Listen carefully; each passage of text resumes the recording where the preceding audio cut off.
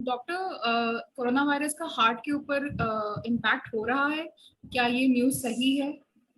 और अगर हो हाँ, रहा है तो? कोरोना वायरस देखिए, इसकी असलियत ये है कि जैसे ही हम सांस लेते हैं नाक में आती है, तो उससे थोड़ी तो दो चार जर्म्स तो नीचे भी जाएंगे।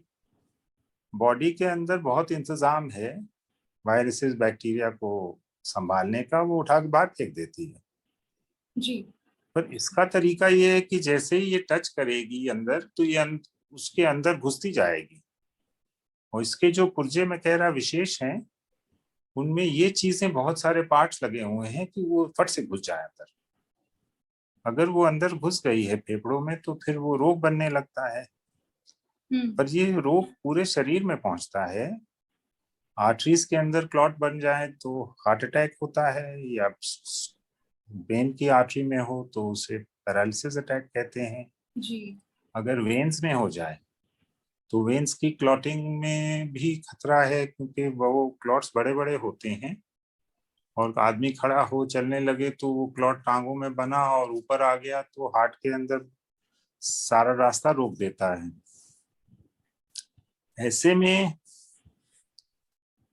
इसके अलावा हमने और भी पेशेंट्स देखे हैं जिसके अंदर इससे अलग तरह की तकलीफें भी हुई हैं। हमने देखा है कि किसी पेशेंट के हार्ट का मसल पंप नहीं कर पा रहा, उसको अच्छा। सांस ऐसे फूल रही है जिसका हार्ट उसका कोई पहले किसी रोग वोग से खराब हो चुका हो। जी।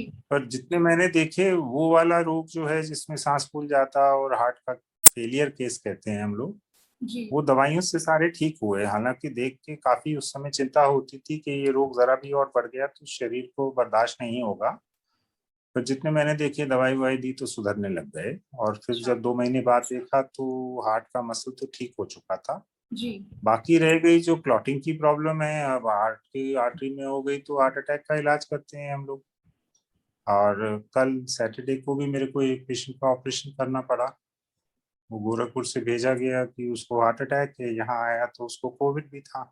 हम्म।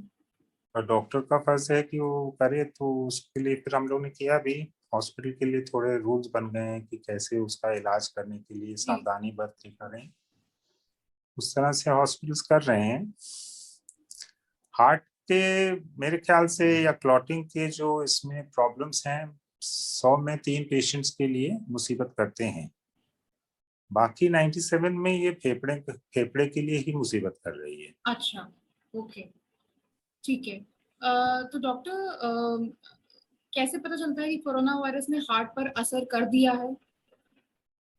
उसको छाती में दर्द होगा, हार्ट अटैक है। या वो उसके टांगों में अच्छा। सूजन वूजन आ गई कि पैर की नसें बंद हो गई हैं क्लॉट से। बेचारा खड़ा हो तो एकदम से फेंट हो जाए कि वो क्लॉट जो इतना लंबा सा है वो सारा का सारा छाती में आ गया। तो पेशेंट ठीक ठाक था, बैठा था, और खड़ा हुआ तो उसके पसीने छूट गए, वो बेहोश हो गया। अस्पताल लेके आए तो समझ में आ रहा कि क्लॉट्स नीचे से ऊपर आके हार्ट में बैठे हुए हैं, रास्ता नहीं रह गया कि ब्लड फ्लो हो, पंपिंग हो। ये एक आम बीमारी है वैसे तो, टांग की नसों में थ्रोम्बस बन जाता है, वीनस थ्रोम्बोसिस। हॉस्पिटल में जो पेशेंट्स ऑपरेशन ऑपरेशन के लिए आते हैं, हम लोग साफ ध्यान बरतते हैं। चाहे ऑर्थोपेडिक्स के केस हैं, चाहे गायनी के हैं, चाहे डिलीवरी के हैं, हमेशा ये डॉक्टर्स जी। का असूल है कि उनकी पैरों पे थोड़ी बहुत वर्जिश वर्जिश कराते रहो कि पैरों में क्लॉट्स ना बने। वो लेटा हुआ है, सो रहा है हर समय, नींद की दवाई में है, तो ऐसे में क्लॉट्स बन सकते हैं। ओके। कोरोना में भी बहुत बन जाते हैं, चलते फिरते लोगों में बन जाते हैं। पर मोस्टली बीमार में ही बन रहे हैं जिसको लेटना सोना पड़ जाए। कुछ डॉक्टर्स उसकी दवाई भी देते हैं, बट अमेरिकन बार बार कह रहे हैं कि इसमें ब्लीडिंग भी हो रही है। कोरोना के पेशेंट ब्लीडिंग से आ जाएं, ये भी हो सकता है। सिर्फ क्लॉटिंग की प्रॉब्लम नहीं है, उल्टी प्रॉब्लम भी किसी किसी को है। तो उनकी रिकमेंडेशन ये है कि दवाई तब दो जब कोई मुसीबत नजर आए। अच्छा। आप अगर सभी को दे रहे हो तो फिर उसमें से दो चार का बचाव कर दिया तो दो चार की ब्लीडिंग भी कर दी। तो उससे तो बेहतर है कि 100 लोगों को दवाई देने से पहले उनको देखते रहिए, कहीं क्लॉटिंग नजर आए तब जी। उन्हीं 4 को दीजिए जिनको हो गई है। ऐसा अमेरिकन ने लिखा है। प्रिकॉशन क्या ले सकते हैं कि कोरोना वायरस का हार्ट पर इम्पैक्ट ना पड़े? ये इसका सवाल का जवाब थोड़ा लंबा है। देखिए, कोरोना का हार्ट पे असर ना पड़े, के लिए हमें वही करना है जो लंग पे असर ना पड़े। ये आंतड़ी पे भी असर करती है, कई लोगों को जी डायरिया वायरिया होता है, उस पे असर ना करे, ब्लीडिंग सिस्टम पे असर ना करे। इससे हेडेक्स हो जाते हैं पेशेंट्स, कई बार सिर्फ एक ही चीज बोलते हैं कि बुखार के साथ सर में दर्द है, तो वो सर के ब्रेन और पुर्जों पे असर ना करे। तो कोरोना से बचाव के लिए जो असली तरीका है कि आप लॉकडाउन करा दीजिए, लोगों को अपने घर में रखिए, ताकि जिस घर में है वो उसी घर में रहे, ना कि वो बाहर निकले और पड़ोसी को दे, फिर पड़ोसी के घर में सबको हो जाए। जी हाथ धोने का बार बार बताते हैं, पर जिन्होंने इसको नेकी से देखा है उनका कहना है कि ये खांसने के टाइम जो 2-4 बूंद निकलती हैं, छोटी छोटी छींट टाइप की, जी। ये उससे नहीं होता। अच्छा। और आपने ऐसे से कुछ कर लिया, उससे नहीं होगा। ये भी आप ध्यान रख रहे हो, सब कुछ हाथ धुलवा रहे हो या जो कुछ भी करा रहे हो, ये एक तरह से लोगों को याद आता रहता है कि मैं कोरोना का ध्यान रखूं, इसका इस तरह का कोई इनडायरेक्ट फायदा होगा। ये हमारे सांस में आ रही है, जा रही है, सर मास्क के बावजूद भी। हम सब जो सांस ले रहे हैं नॉर्मली। अब आप अगर किसी घर में हो जहाँ छोटे छोटे मकान होते हैं हिंदुस्तान में, एक घर में 4 लोग रह रहे हैं, 2 कमरे हैं, एक बाथरूम है, तो जिसको भी हो गया है, चाहे आप उसको कमरे में बंद कर रहे हैं, चाहे जो भी कर रहे हैं, उसकी सांस तो आपकी सांस तक पहुंच ही जाएगी। ओके। जैसे अगर मान लीजिए उसने कमरे में कोई चीज पकाई जिसकी स्मेल आ रही है, तो अगले कमरे में नहीं आ जाएगी, तो जी वैसे ही जी ये जी। वायरस पूरे से हवा के साथ बाहर आ जाएगी।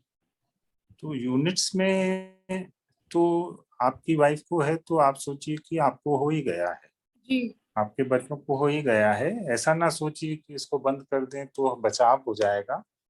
ये तो वही चीज हुई कि मिर्च मसाला जो बन रहा है उसकी किचन में, खुशबू। जी वो जी जी। उसकी स्मेल नहीं आएगी। अरे कितनी देर कमरे में बैठे रहोगे, बाथरूम भी तो जाना है आपको। अच्छा। तो पर अगर आपने लॉकडाउन करा दिया कि लोग घर में बैठे रहें, तो फिर इतना हो जाता है कि जिस घर में है उसी घर में टिका है, ना कि इधर उधर फैल रहा। पर वो भी मुश्किल है, हम लोग की झुग्गी झोपड़ी में क्या हो पाता होगा। और इंसान को अगर बंद भी कर दो तो झुग्गी झोपड़ी में तो बाथरूम भी नहीं होता, किचन भी नहीं होता, रेडी वाला ही खाना खिलाने वाला है, वो पब्लिक तो टॉयलेट है। जी जो कुछ बता रहे हैं अमेरिकन की ये करिए वो करिए, फिर हिंदुस्तान करता है, उसको हम लोग अगर ध्यान से देखें तो हमें अपने हिसाब से कुछ तरीके निकालने पड़ेंगे कि ये साबुन से हाथ धो धो के और ये सब करके सांस ले रहे हैं, तो ये मास्क से रुक नहीं रहा है। कपड़े के मास्क होते हैं 80%, उसमें से तो हवा अंदर बाहर हो रही है। ये दिखाने का मास्क है या रोकने का मास्क है? हम्म। असली मास्क तो वो होगा जो डॉक्टर्स पहन के ऑपरेशन कर रहे हैं, जी उसकी हवा जो है वो, उसको सांस तो लेना है ना, कहीं साइड वाइड से निकल ही रही। जी। तो ये मास्क कैसे आपको बचाव कर सकता है? क्या सर आप मास्क लगा लें तो? कौन सा मास्क यूज करना चाहिए आम आदमी को? आपके हिसाब से बेस्ट मास्क कौन सा है कोरोना वायरस के लिए? नहीं नहीं, आप ये समझिए कि आप कह रहे हैं कि घर में जो खाना पक रहा है, मैंने मास्क पहन लिया, मैं सूंघ नहीं पा रही, सूंघ नहीं पा रहे, तो क्या आपने कर लिया है? उसके थ्रू आप सांस ले रहे हो, जो उसका कपड़ा कागज वागज है, 20 मिनट लेना मुश्किल है। जी। आप करके देखिए। हाँ सर, हम बहुत लोग मुश्किल है। ऑपरेशन कर, उसको जी पूरा पूरा ऐसे बांध लो, आपका सांस उसी के थ्रू जाए, और ये जो है इसके अंदर कीटाणु विटाणु ग्रो करेंगे, क्योंकि आप सांस बाहर भी कर रहे हैं अंदर भी कर रहे हैं, तो ये जो कपड़ा कागज होता है इसके अंदर के कीटाणु भी तो झमेला कर देंगे शरीर के लिए। तो मास्क सिर्फ इतना ही यूज कर सकते हैं कि आपकी ड्यूटी लग गई ऑपरेशन करने की, आपने ये वाला मास्क पहना और 10 मिनट का ऑपरेशन का निपटा लिया। जी। आप उस समय सांस नहीं ले पा रहे हैं, पूरा बड़ी मुश्किल से कर रहे हैं, तो आपको ये मास्क से बचाव हो सकता है। बाकी जितना मास्क है ये एक तरह से छोटे छोटे झंडे हैं कि कोरोना फैला हुआ है, याद रखना। इसी तरह हैंड वॉशिंग है, इसी तरह हम लोग का। पर हाँ, लॉकडाउन कर दिया है तो फिर ये फैलना कम हो जाता है कि बंदा